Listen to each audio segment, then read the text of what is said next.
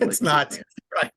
That's a converted Yeah, computer. so, okay, and let me share my screen, and where we left off on page 98 here, in our Koran edition.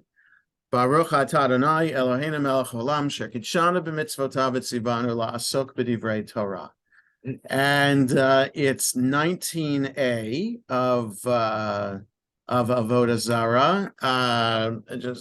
There are just a couple more pages until the end of the chapter. We'll see how long this will take us. A lot of this is midrash, though, and it's a takeoff first of Abraham.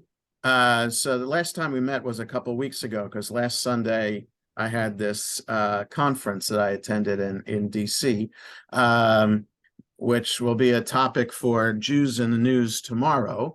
But so Abraham, who was did not walk in the counsel of the wicked of his generation, so that midrash about how to relate to non-Jews led to chapter 1 of Psalms, verse 1, sitting in the seat of the scornful, who are they? And then leading to the beginning of that verse, which is, happy is the man that fears the Lord, that delights greatly in his mitzvot, which is similar to Psalm 112. Okay, so then a discussion about delighting in the commandments. Okay, so we're off on a tangent that may not have anything to do with dealing with non-Jews. Okay, so bear with the Gemara for midrash, and we'll see. So we left off at the red S here. The Gemara returns to its interpretation of the verse that was discussed previously, but his delight is in the Torah of the Lord. So that's verse 2 of chapter 1 of Psalms. So Rabbi Yehuda Hanassi, the editor of the Mishnah, 1800 years ago, Rabbi Yehuda Hanassi says, a person can learn Torah only from a place in the Torah that his heart desires. As it is stated, but his delight is in the Torah of the Lord. That is, his delight is in a part of the Torah that he wishes to study. So it's an interesting idea that we pay attention to the parts of the Torah that are interesting to us. And other parts of the Torah we might not pay attention to, and certainly we might not take delight in. So it's interesting, the psychology here, that Yehuda Hanassi recognizes that not everybody is going to be delighting in every part of the Torah. Right? You have your engineers who might like Leviticus, or the doctors who might like Leviticus, and then you have the theologians who might like chapter 1 of Genesis, etc., etc. Okay, so it's just an interesting idea that we might not all delight in every part of the Torah. So the Gemara relates, Levi and Rabbi Shimon, son of Rabbi Yehuda Hanassi, were sitting before Rabbi Yehuda Hanassi, and they were learning the Torah portion. So I guess the portion of the week. When they finished the book that they were learning and were ready to begin a new subject, Levi said, let them bring us the book of Proverbs. And Rabbi Shimon, son of Rabbi Yehuda Hanassi, said, let them bring us the book of Psalms. He compelled Levi to acquiesce, and they brought a book of Psalms. So in other words, they finished studying Torah. What were they going to do next? One said, let's do Proverbs. The other said, let's do Psalms. And so one's arm had to be twisted in order to agree to go to the book of Psalms. When they arrived here at the verse, but his delight is in the Torah of the Lord, they didn't have to go far in the book of Psalms to find that. It's the second sentence in the book of Psalms. Rabbi Yehuda Hanassi explained the verse and said, a person can learn Torah only from a place in the Torah that his heart desires. Levi said, my teacher, you have given us, that is me, permission to rise and leave, as I wish to study Proverbs, not Psalms.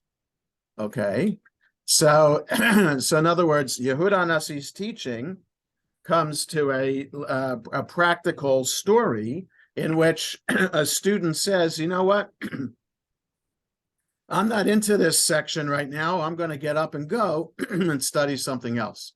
So I'm curious what Yehuda Nasi said. No, I didn't really mean that. You're still a student of mine, and you have to sit in class whether you like it or not. That's what I would have expected the story to end with from Yehuda Nasi. But no, it goes on to this. The Gemara cites other interpretations of this verse. Rabbi Avdimi Bar Chama says, with regard to anyone who engages in the study of Torah, the Holy One, blessed be He, fulfills his desires, as it is stated, but in the Torah of the Lord is his delight. That is, if one engages in the study of Torah of the Lord, he will have his desires met by the Lord.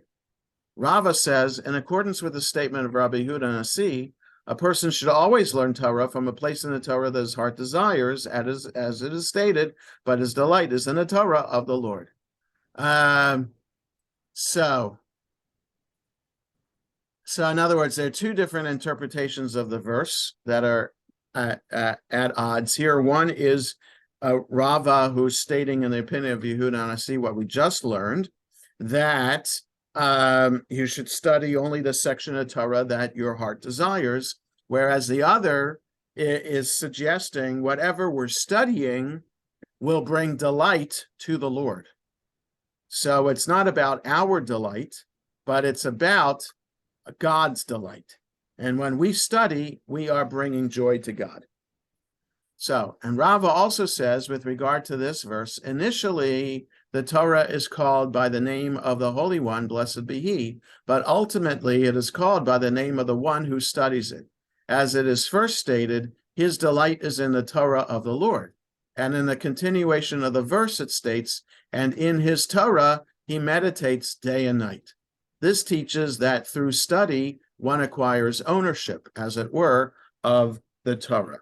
Let me just take a look at that verse for a second, because it's not quoting all of it for us here. Let me just go to that on my phone.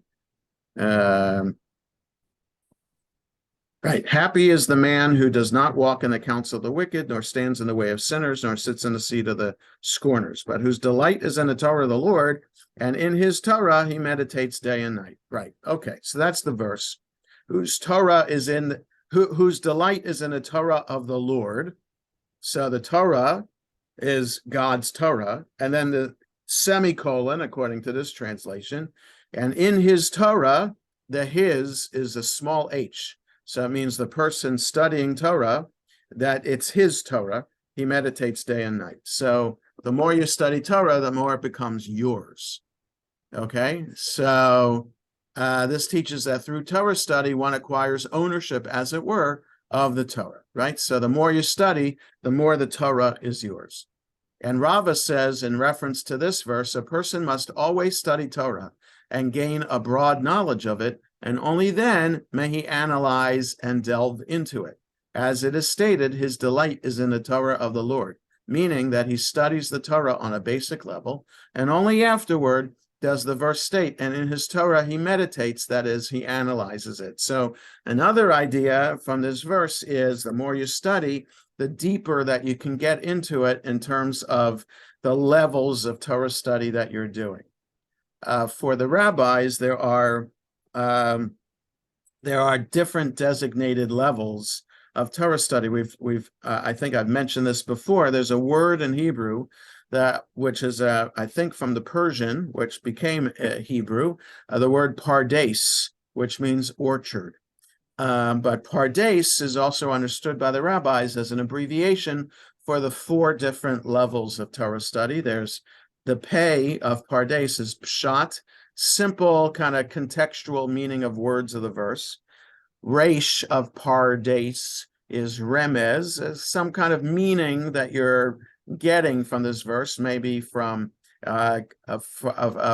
slightly deeper than just the superficial reading. Then drash is making a homiletical understanding, and then there's sod, the secret, which is the mystical understanding. So for the rabbis, there are these 4 levels of studying of Torah that not too many get to the sod, the secret mystical level. Okay. And Rava says, with regard to Torah study, a person should always study and review, even though he may afterward forget, and even though he does not understand what it is saying. As it is stated with regard to the study of Torah, my soul breaks for the longing that it has for your ordinances at all times, from Psalm 119. It is written breaks, and it is not written grinds, demonstrating that the soul is satisfied with breaking apart material on a basic level, even if it does not have the opportunity to grind and analyze it in greater depth. So he's also saying that study for its own sake, whether you fully understand what you're studying or not, is also a mitzvah. Okay? Rava raises a contradiction between two verses. It's written that the Torah calls to people upon the highest places of the city, and it's written far more specifically on a seat in the high places of the city. He explains, initially, one who studies Torah does not have a secure place to sit, and therefore he is located merely upon the highest places. But ultimately, as he advances in his learning, he is placed on a seat of honor. All right, so this is an example here of a style of midrash that the rabbis do with verses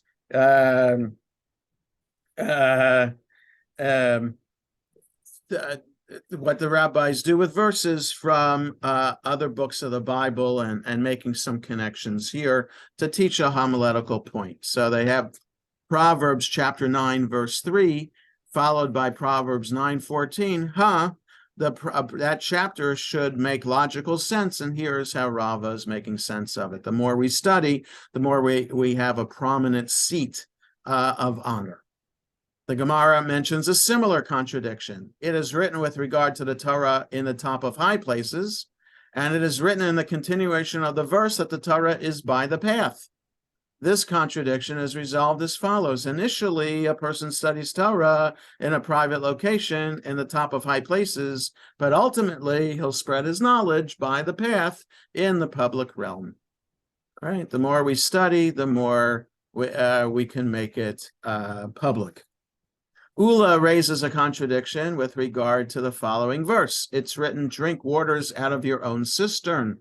And it is written in the continuation of the verse, and running waters out of your own well. He explains, initially, one should drink waters out of your own cistern, that is, like the cistern that draws water into one location, learning all existing knowledge. And ultimately, one can produce running waters out of your own well, that is, original thought and innovative sights in the Torah. So study as much as you can before you begin teaching and interpreting and allowing the knowledge to spread. So he doesn't say at what point have you learned enough until you can start teaching and spreading knowledge, but that's the idea. You have to have some basic, or maybe more than basic, literacy of knowledge that can then spread until you're able to spread it, right? Does that mean you have to acquire a PhD before you teach? Is a master's sufficient in teaching? What is the level of knowledge that you have to achieve before adding your own interpretations to it? The Gemara cites other statements relating to Torah study. Rava says that Rav Sechora says that Rav Huna says, what is the meaning of that which is written, wealth gotten through vanity shall be diminished, but he that gathers little by little shall increase? If a person turns his Torah into many bundles by studying large amounts in a short period of time without reviewing, his Torah will diminish.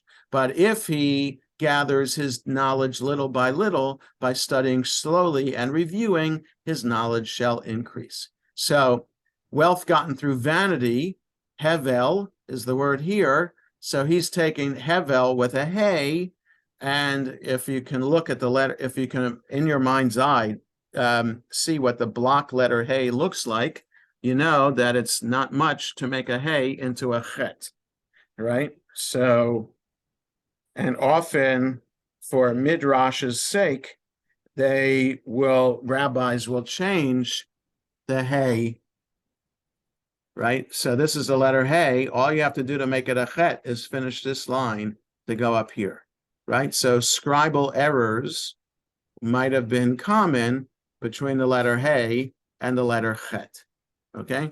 So they're taking the word hevel here, which is translated as vanity, and changing it to chavilot, which are packages. Or like in in modern Hebrew, a chavilah is a package, like Amazon would deliver a package, right? So I'm sure if Amazon just started delivering in Israel, it was a thing. You couldn't do Amazon in Israel, but now you can. So you get your email or your notification, or Alexa would say a package has been delivered. So if your Hebrew Alexa would say, "Chavila higia," or something like that. The package has arrived. So changing hevel to chavila, a person turns his Torah into many bundles by studying large amounts in a short period of time without reviewing. His Torah diminished. So don't try to cram Torah study. If you want to fully acquire the knowledge, you got to go slow and review constantly to make it sink in. Rava said, the sages know this, but nevertheless they transgress it. That is, they fail to heed this advice. Rav Nachman Bar Yitzchak says, I did this as I studied little by little and regularly reviewed what I had learned, and my learning has in fact endured. Rav Shezvi said in the name of Rabbi Eleazar ben Azariah, what is the meaning of that which is written? The slothful man will not roast his prey. The deceitful hunter, that is, one who tricks people into believing that he has acquired vast stores of knowledge by studying new material without reviewing that which he has already learned, will not live a long life. According to this interpretation, Ya'aruch is a combination of the words Yichyeh and Yacharoch is a combination of the words Yichyeh and Ya'arich. So, in other words, don't trick people into thinking that you are a knowledgeable person. And Rav Sheshet says that the verse means the opposite. The cunning hunter will roast his prey to prevent it from escaping. That is, he reads the verse as a rhetorical question. Will not the hunter roast? When Rav Dimi came from Eretz Yisrael to Babylonia, he said, this is comparable to a person who is hunting birds. If he breaks the wings of the first bird so that it will be unable to fly off, and he proceeds in this manner, all of his prey will remain in his possession. But if not, they will not remain in his possession, as each bird will fly off when the next is captured. In a similar fashion, a clever student reviews that which he learns to ensure that he retains his knowledge. Okay, so all of that about Torah study. Yes, Steve? So why would the editor put this midrash in this section of the Talmud? That's a good question. The editor has had abundant material before him, and this certainly belongs in a section about how to study Torah. But the fascinating thing is that there isn't a section of Mishnah that deals with how to study Torah. So because there isn't a separate Mishnah that just deals with the laws of Torah study, the Rambam, the Maimonides, in his summary of Jewish law, he has 14 volumes of a book called Mishneh Torah, which is his summary of Jewish law. He has a section on Torah study. But the Mishnah itself, the 6 volumes, the tractates there is no tractate on Torah study. So because of that, the editor had to figure out where to put this material. So it was based on, we had this midrash above about Abraham in the council of the wicked, and we're talking about not going to stadiums and other places where wicked things happen. So, okay, so let's do all that section and let's put it here. And we find that in other places in the Gemara also. So, like, even before this was that midrash about the rabbi who was tortured to death, and you had the Roman soldier who also wanted to get to the world to come. So why wasn't that section put with the Rabbi Akiva story of the same thing about him being executed by the Romans, right? So Rabbi Akiva's story is in a section called Brachot, the very first section of the Mishnah, because Rabbi Akiva was teaching something about the Shema. So since we were learning the Shema in the first section of the tractate Brachot, so they put the Rabbi Akiva tortured to death by the Romans, that story there. This story about Hananiah being tortured by the Romans, which happened at the same time as Rabbi Akiva, but because his story included a Roman in his story, which fit into this topic of how to deal with non-Jews and how to relate to them, that's why the story was put here. Okay, so there could, as you see then, as an editor, you have choices to make as to where to put this material if you want to include it. And so since there isn't a section in the Mishnah on being tortured by the Romans, you have to throw the stories around in different places. Yes, Michael. The last little bit that we're doing here, if you wanted to put it into an aphorism, sounds a great deal to me like a little knowledge is a dangerous thing. You know, you have to really understand what you're doing, what you've learned in Torah before you go out and teach it, which is a good thing, I mean, in general. But since it's in this part of Avodah Zarah, which deals with people who are outside the community, it may also be a way of saying, just let's be a little careful to know what we're talking about and that we know how to deal with other people. Don't run off and think you know everything. It's a complicated area. Well, that's interesting. You could, by by extension, we could make that connection here yeah. to Avodah Zarah too. I mean, if you're dealing with people who are on the inside and know where you're coming from, that's already helpful. Yeah. But if you're dealing with people outside, be a little careful. Right. About it. Interesting. Yeah, we could make that connection too. Okay, so now we're at a red S, and that means the Gemara returns to its interpretation of the first verses of Psalms. Okay, so now this is the editorial connection now. And he shall be like a tree planted by streams of water. Let's go back to that, to Psalms. This is Psalm number 1. Happy is the man who does not walk in the counsel of the wicked, nor stands in the way of sinners, nor sits in the seat of the scorners, but whose delight is in the Torah of the Lord, and in his Torah he meditates day and night. And he shall be like a tree planted by the rivers of water, that brings forth its fruit in its season. Its leaf also shall not wither, and whatever he does shall prosper. The wicked are not so, but are like the chaff which the wind drives away. Therefore the wicked shall not stand in the judgment, nor the sinners in the congregation of the righteous. For the Lord knows the way of the righteous, but the way of the wicked shall perish. Okay, so that's Psalm 1. Psalm 1 of the 150 Psalms. The psalmist decided to talk about being a righteous person as opposed to being an evil person, a wicked person. So it's unclear from context who the wicked is. From the simple context, a wicked person is someone who does not do what the righteous do. And the righteous study Torah and follow Torah.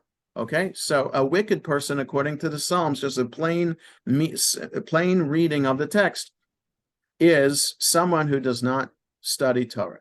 But in our context, perhaps wicked can be extended to non-Jews. Don't know. So let's see. The Gemara returns to its interpretation of the first verses of Psalms, and he shall be like a tree planted by streams of water. The students of the school of Rabbi Yanai say The verse states that a Torah scholar is comparable to a tree that has been uprooted from its original location and replanted somewhere else, right? So tree planted, shatul is the word. So the school of Yanai thinks what this means, it's a transplanted tree, not just a tree planted by water. It does not say that he is comparable to a tree that is planted and remains in one place. They're saying a tree planted and remaining in one place is natua, as opposed to the word shatul. So I don't know if they're right or wrong about that, but that's what they're suggesting. Right. So does shatul actually mean replanted, or is it just another synonym, just a synonym for planted? So this is teaching that anyone who learns Torah from one teacher alone never sees a sign of blessing, as it is necessary to acquire knowledge from many teachers. So shatul, they're saying, is better than natua. And that shatul is hinting at someone who learns from a variety of teachers to deepen or broaden their Torah knowledge, okay, as opposed to just sticking to one teacher. Okay, so that's what they're saying. They're learning from that verse. Rav Chisda said to the sages who were studying with him, I wish to say something to you, but I am afraid that then you will leave me and go. What did he wish to tell them? He wanted to say that anyone who learns Torah from one teacher alone never sees a sign of blessing. When the students heard this, they did in fact leave him and went to learn from Rava. Rav Chisda said to them, that matter all applies only with regard to reasoning. That is, in order to come up with sophisticated reasoning, it is necessary to hear many different opinions. But with regard to the oral tradition itself, it's preferable to learn from one teacher so that he will not become confused by the different versions of the same statements he hears from each teacher, as he will have no clear authoritative version from one source. So this is fascinating to try to understand how people learned at the time of the rabbis. Okay, there weren't books with the knowledge written down. There were oral traditions that were being passed down. So Chisda is pointing out a difference between sticking with one teacher in order to maintain a consistent understanding of what the oral tradition is versus dabbling with other teachers to get a different sense of how to interpret. So what Chisda is suggesting is that you need different teachers to learn the different possible approaches when it comes to interpretation and study, which is interesting, versus sticking to one teacher to ensure that you have the consistent tradition in front of you. Okay, so it's like law school, I would imagine, where you have different professors who provide different understandings of how to interpret certain type of law, right? It's like the Supreme Court of the United States. You have conservative justices and liberal justices who are looking at the very same case, but understanding it from their different perspective and what they think is a valid way to study the Constitution. Do you study the Constitution in this conservative way? Do you study it in the liberal way, right? Or a whole variety of ways in between. The same is with Torah, or understanding or studying Jewish law. Do you study Jewish law for the point of understanding what the precedent was and want to do Jewish law the way they did it 500 years ago? Or do you want to study Jewish law in order to understand the context so that we can move on and evolve it? Okay, or a variety of things. So what I was taught in rabbinical school is interesting. The dean of the rabbinical school who accepted me into rabbinical school left the deanship but stayed as a professor of Talmud, and a new dean started when my first year. The dean who accepted me, Rabbi Joel Roth, said, you need to pick a rabbi and stick with that rabbi who will be your rabbi for deciding matters of Jewish law for you. So in other words, that one rabbi should be your go-to rabbi for matters of kashrut and Shabbat and things like that. So you shouldn't pick and choose rabbis for your mood. In other words, if you're in a liberal mood, you shouldn't pick a liberal rabbi. And then if you're in a not so liberal mood, choose another rabbi to decide a matter of Jewish law for you. Stick with one rabbi and be consistent in that way for Jewish law. Not sure if Rav Chisda would agree with that. Chisda said it's one thing to have the oral tradition. It's another thing to have an understanding that there are different ways to interpret the law until you are comfortable with your own way of studying and deriving law. So I think this is interesting that we're getting a flavor from Rav Chisda about what it meant to study and what it meant to have a rabbi as a teacher. Yeah. To drop back a second. Yeah. Shtil in modern Hebrew is to train. So Michael looked up on Google, and so the word shatul is transplanted. Okay. I wonder though in biblical Hebrew if that's the case. Yeah. Let me see if I can find that quickly. Shatul shin tuf lamed. So this is the old-fashioned BDB, Briggs, Brown Driver Briggs, which is the classic 100-year-old or more dictionary of biblical Hebrew. And let me just look to see it just what they say is the translation of this. Okay. Oh, transplanted shoot. To transplant. But let's see if it's somewhat see if it lists Psalms as a alpage. Yeah. Transplanted. Yes, so it is transplanted. Okay. In the modern sense, it also means to put down roots. To put down roots. Okay. Okay. So he will not become confused by different. The Gemara continues discussing the verse cited above by streams of water. Rabbi Tanchum Bar Hanilai says, since the root, hey, Lamed Gimel, can also refer to dividing, the verse is interpreted as follows. A person should always divide his years into thirds as follows. 1/3 for Bible, 1/3 for Mishnah, 1/3 for Talmud. Okay, that's interesting. So since the verse is talking about the righteous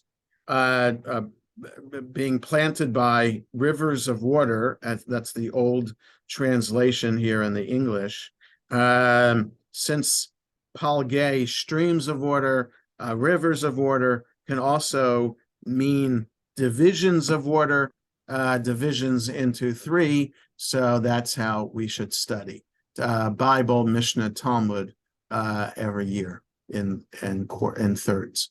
The Gemara asks, how can one divide his life this way? Does a person know the length of his life that he can calculate how much a third will be? The Gemara answers, when we said that A1 should divide his time into thirds, the intention was with regard to his days. That is, he should devote 1/3 of each day to Bible, Mishnah, and Talmud, respectively. The Gemara discusses a continuation of the verse cited above, that brings forth its fruit in its season and whose leaf does not wither. And he shall be like a tree planted by the rivers of water that brings forth its fruit in its season. Its leaf shall also not wither, and whatever he does shall prosper. Okay. So Rava says, if one brings forth fruit in its season, that is, if he acts in accordance with the precepts of Torah that he learns, then his leaf will not wither, as the Torah will sustain him. But if one does not learn with the intention that his studies should lead to action, then with regard to both the one who is taught and with regard to the one who teaches, the verse states about them, not so the wicked, but they are like the chaff that the wind drives away. Right. Study Torah, you won't dry up, but if you don't, you will. Okay. Right. So let's just. Rabbi Abba says that Rav Huna says that Rav says. What is the meaning of that which is written? For she has cast down many wounded, and a mighty host are all her slain. This is referring to a student who has not yet reached a level where he can render legal decisions, but nevertheless he already issues decisions. He's like a fetus that emerged from the womb before its time, as the word hipila also means to miscarry. And a mighty host are all her slain. This is referring to a student who has reached a level where he can render legal decisions, referred to here as a mighty host, but he does not issue decisions, and by refraining from teaching what he knows, prevents the masses from learning Torah properly.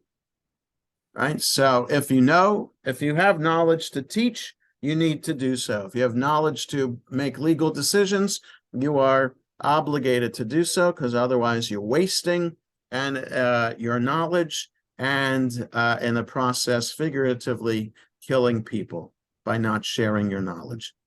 And until when is a scholar considered too immature to render legal decisions? He's considered immature until the age of 40 years.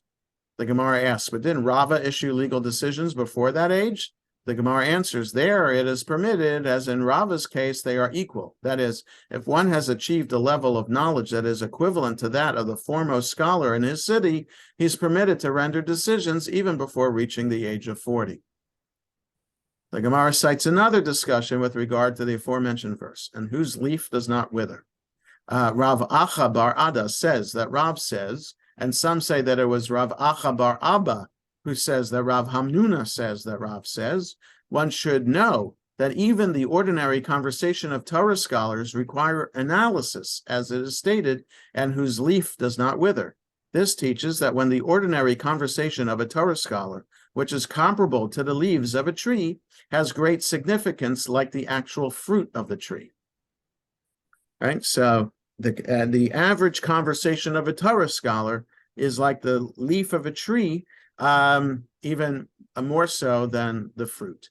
So, right. So the verse continues, and in whatsoever he does, he shall prosper. Rabbi Yehoshua ben Levi says, this matter is written in the Torah and repeated in the prophets and stated a third time in the writings. Concerning anyone who engages in Torah study, his property dealings will be successful. It's written in the Torah, as it is written, observe therefore the words of this covenant, and do them that you may make all that you do to prosper. It's repeated in the prophets, as it is written, this book of the Torah shall not depart out of your mouth, but you shall meditate on it day and night, that you may observe to do all that is written in it. For then you shall make your ways prosperous, and then you shall have good success. Joshua chapter 1. It's stated a third time in the writings, as it is written, but his delight is in the Torah of the Lord, and his Torah he meditates day and night, and he shall be like a tree planted by streams of water, that brings forth its fruit in its season, and whose leaf does not wither, and in whatsoever he does he shall prosper. The Gemara relates that Rabbi Alexandri would proclaim in public, in the manner of a merchant selling wares, who desires life? Who desires life? Everyone gathered around him to buy from him, saying to him, give us life. He stated the following verse to them. Who is the man that desires life and loves days, that he may see good in them? Keep your tongue from evil and your lips from speaking guile. So that's his verse that he would teach to say how to acquire life. Psalm 34. The psalm continues, depart from evil and do good. Seek peace and pursue it. The Gemara explains, lest one say, I have kept my tongue from evil and my lips from speaking guile, I will therefore go and indulge in sleep. To counter this possibility, the verse states, depart from evil and do good. That is, it's not enough to avoid evil, but one must actively do good. And the word good means nothing other than Torah, as it is stated, for I have given you a good portion, my Torah, do not abandon it. right? So depart from evil, do good. So you might think, okay, the only way to depart from evil is to sleep and just study Torah and then go to sleep. But no, you have to do good deeds. That's the way to avoid evil. Okay. Now we go back to non-Jews. We have a few more minutes. I do have to end a little bit early today, but let's at least do this section that brings us back to what the topic of this Gemara is. The Mishnah teaches one may build with Gentiles small platforms and bathhouses, but once he reaches the arched chamber in the bath where the Gentiles put up objects of idol worship, it is prohibited for a Jew to continue building it. Rabbi Elazar says that Rabbi Yochanan says, if he did continue to build the arched chamber, his wages are permitted. The Gemara asks, isn't that obvious? After all, such arched chambers are only accessories of idol worship. And with regard to accessories of idol worship, both according to Rabbi Yishmael and according to Rabbi Akiva, who disagree with regard to deriving benefit from an actual object of idol worship, deriving benefit from accessories of idol worship is not prohibited until they are worshipped. So in other words, the arched chamber is just an arched chamber until the idol is placed there. And the idol is placed there only after you've done your job as building the building. Okay, even though it's dedicated for idol worship, it's not idol worship until the idol is there. So, therefore, you're allowed to finish building. Rabbi Yirmiyah says, Rabbi Elazar's statement is necessary only to permit the wages of a Jew who built an object of idol worship itself. The Gemara asks, this works out well according to the one who says that an object of idol worship of a Jew is forbidden immediately once it's built, but it's not prohibited to derive benefit from an object of idol worship of a Gentile until it is actually worshipped. In this case, the idol was built for a Gentile, and therefore the laborer may receive payment for his work, as the idol was never worshipped. But according to the one who says that the object of idol worship of a Gentile is also forbidden immediately, what can be said? Rather, Rabbah Bar Ula says, Rabbi Elazar's statement that the worker's wages are permitted is necessary only with regard to the final stroke with which the laborer completes his work. In the case of an object of idol worship, what causes it to be used for idol worship? It is the completion of labor. And when is the completion of labor achieved? It's achieved with the final stroke of the laborer. The final stroke alone does not have the value of one peruta, and therefore the wages he receives are due when each act of labor is performed during the entire process, not when the final stroke completes the work. Evidently, Rabbi Elazar holds that the obligation to pay a wage is incurred continuously from the beginning of the period he was hired to its end, not merely upon completion of the work. Since the worker has rights to his wages at every stage of labor performed during the entire period of work, the wages are not considered a benefit that he receives from idol worship, as the object is classified as an object of idol worship only at the very end. Right, so that's interesting. Since you're building this building and you know at the end it's going to be used for idol worship, does that nullify the whole process? Or it only nullifies it once the work is done? Because you're just doing work until that last stroke, and you should be paid for all the work you've done, except for that last stroke. So it's just interesting how to parse this in a way that will allow a Jew to have work to do. Right, because it might limit the amount of work Jews do if they're not allowed to have anything to do at all with any building that's going to be used for idol worship. But in a larger sense, that also seems to say that you can't make a contract with somebody for a whole job, and if you don't get the whole job, then they get nothing. Right. So his opinion. So again, this is probably taken out of context from this section of the Gemara that deals with how to pay wages. But still, the opinion might be you are obligated to pay a person for work they do, not just pay the person at the very end. So in other words, you do you is the job is the job is the job that you're hiring somebody to do only complete when and then you pay, or can if a laborer does $100 worth of work but just doesn't finish it, does he still get the $100 worth of work? So it depends how the contract is written, I guess, right? So in other words, you have somebody renovate your bathroom, and so they've done the they've ripped up the floor, they've taken out the sinks and whatever, and then something comes up and they can't finish the job. Do you pay them for the work they've done so far, or do you not pay them at all because they haven't completed the job? So it all depends on how the contract is written. This rabbi seems to think you pay based on the work they've done so far. Okay, it's 10:17. We'll stop here for today. We'll have class next week, but the following week, which is April 9th, which is the Sunday during Passover, we will not have class.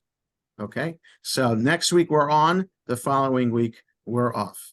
All right, have a good day, everybody, and see you next week.